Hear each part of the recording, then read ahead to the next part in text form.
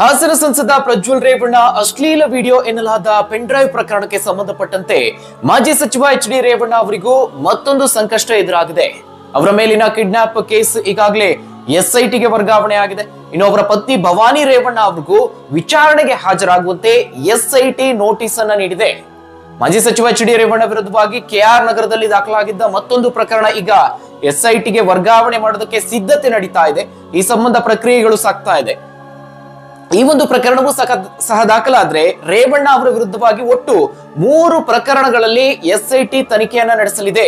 ಹೀಗಾಗಿ ರೇವಣ್ಣ ಅವರಿಗೆ ಮತ್ತೊಂದು ಟೆನ್ಷನ್ ಶುರುವಾದಂತೆ ಆಗಿದೆ. ಇನ್ನು ಇದೇ ಪ್ರಕರಣದಲ್ಲಿ ಭವಾನಿ ರೇವಣ್ಣ ಅವರಿಗೂ ನೋಟಿಸ್ ಹೋಗಿದೆ. ಹಾಸನದಲ್ಲಿರುವಂತಹ ರೇವಣ್ಣ ನಿವಾಸಕ್ಕೆ ಸ್ಥಳೀಯ ಪೊಲೀಸರು ಭೇಟಿ ನೀಡಿದ್ದಾರೆ. ಎಸ್ಐಟಿ ನೋಟಿಸ್ ಅನ್ನು ಅವರು ಹಸ್ತಾಂತರ ಮಾಡಿದ್ದಾರೆ. ಆ ಸಂದರ್ಭದಲ್ಲಿ ಮನೆಯಲ್ಲಿ ಭವಾನಿ ರೇವಣ್ಣ ಅವರು ಇದ್ರು. ಈ ಒಂದು ನೋಟಿಸ್ ಅನ್ನ ನೀಡಿದ್ದು ರೇವಣ್ಣ ಅವರಿಗಲ್ಲ, ಭವಾನಿ ರೇವಣ್ಣ ಅವರಿಗೆ ನೀಡಲಾಗಿದೆ ಅಂತ ಹೇಳಲಾಗಿದೆ. ಈ ನಡುವೆ ಮೈಸೂರಿನಲ್ಲೂ ಮತ್ತೊಂದು ಪ್ರಕರಣ ದಾಖಲಾಗಿದೆ. ಲೈಂಗಿಕ ಕಿರುಕುಳ ಹಾಗೆ ಅಪಹರಣ ಪ್ರಕರಣ ಪ್ರಜ್ವಲ್ ರೇವಣ್ಣ ವಿರುದ್ಧವಾಗಿ ದಾಖಲಾಗಿದೆ. ಇಲ್ಲಿಗೆ ಒಟ್ಟು 3 ಪ್ರಕರಣಗಳು ಪ್ರಜ್ವಲ್ ರೇವಣ್ಣ ಅವರ ಮೇಲೆ ದಾಖಲಾಗಿರುವಂತದ್ದು. ಈಗ ದಾಖಲಾಗಿರುವಂತಹ ಎಫ್ಐಆರ್ ನಲ್ಲಿ ಬಲವಾದ ಸೆಕ್ಷನ್ ನ ಅಡಿಯಲ್ಲಿ ಕೇಸ್ ದಾಖಲಾಗಿರೋದ್ರಿಂದ ಪ್ರಜ್ವಲ್ ರೇವಣ್ಣ ಬಂಧನ ಬಹುತೇಕ ಖಚಿತ ಅಂತಲೇ ಹೇಳಬಹುದು. ಎರಡನೇ ಎಫ್ಐಆರ್ ನಲ್ಲಿ ಪ್ರಜ್ವಲ್ ರೇವಣ್ಣ ಮಾತ್ರ ಆರೋಪಿಯಾಗಿದ್ದಾರೆ. ಆದ್ರೆ ಮೊದಲ ದೂರಿನಲ್ಲಿ ಎಚ್.ಡಿ. ರೇವಣ್ಣ ಕೂಡ ಆರೋಪಿಯಾಗಿದ್ರು.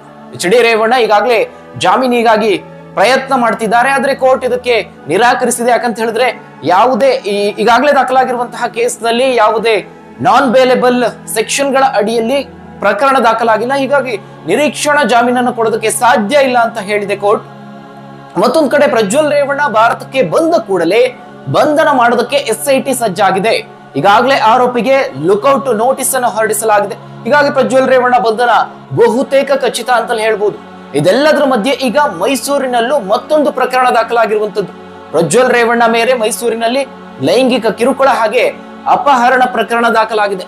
ತನ್ನ ತಾಯಿಯನ್ನ ಅಪಹರಣ ಮಾಡಲಾಗಿದೆ ಅಂತ ಆರೋಪಿಸಿ ಪುತ್ರ ಪೊಲೀಸರಿಗೆ, ಅಂದ್ರೆ ಆ ಸಂತ್ರಸ್ತಿಯ ಪುತ್ರ ಪೊಲೀಸರಿಗೆ ದೂರನ್ನ ಸಲ್ಲಿಸಿದ್ದಾರೆ.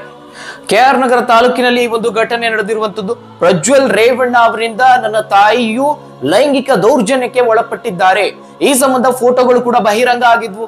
ಬಳಿಕ ನನ್ನ ತಾಯಿ ನಾಪತ್ತೆ ಆಗಿದ್ದಾರೆ. ಶಾಸಕ ಎಚ್.ಡಿ. ರೇವಣ್ಣ ಹಾಗೆ ಅವರ ಪತ್ನಿ ಭವಾನಿ ರೇವಣ್ಣ ಅವರು ಈ ಒಂದು ಅಪಹರಣವನ್ನ ಮಾಡಿಸಿದ್ದಾರೆ ಅಂತ ದೂರಿನಲ್ಲಿ ಉಲ್ಲೇಖಿಸಲಾಗಿದೆ. ಈ ಒಂದು ಪ್ರಕರಣಕ್ಕೆ ಸಂಬಂಧಪಟ್ಟಂತೆ ಈಗಾಗಲೇ ಸತೀಶ್ ಬಾಬು ಅನ್ನೋರನ್ನ ಬಂಧಿಸಿ ವಿಚಾರಣೆಯನ್ನ ನಡೆಸಲಾಗ್ತಾ ಇದೆ. ಈ ವ್ಯಕ್ತಿಯನ್ನ ಯಾಕೆ ಬಂಧನ ಮಾಡಿದ್ರು ಅಂತ ಹೇಳಿದ್ರೆ, ಆ ಸಂತ್ರಸ್ತ ಮಹಿಳೆಯನ್ನ ಕೊನೆಯದಾಗಿ ಕರೆದುಕೊಂಡು ಹೋಗಿದ್ದು ಆಕೆ ನಾಪತ್ತೆ ಆಗೋದಕ್ಕೆ ಈ ವ್ಯಕ್ತಿನೇ ಕಾರಣ ಅನ್ನೋ ಕಾರಣಕ್ಕಾಗಿ ಆತನನ್ನು ಕೂಡ ಬಂಧಿಸಲಾಗಿದೆ. ಇನ್ನು ಭವಾನಿ ರೇವಣ್ಣ ಅವರ ಸಂಬಂಧಿ ಈತ ಅಂತ ಹೇಳಲಾಗಿದೆ. ಒಟ್ಟಾರೆಯಾಗಿ ಈ ಒಂದು ಪ್ರಕರಣದಲ್ಲಿ ಹೊಸ ವಿಚಾರಗಳು ಬೆಳಕಿಗೆ ಬರ್ತಾ ಇದೆ. ಮುಂದೆ ಏನೇನಾಗುತ್ತೆ ಅನ್ನೋದನ್ನ ಕಾದು ನೋಡ್ಬೇಕಾಗಿದೆ.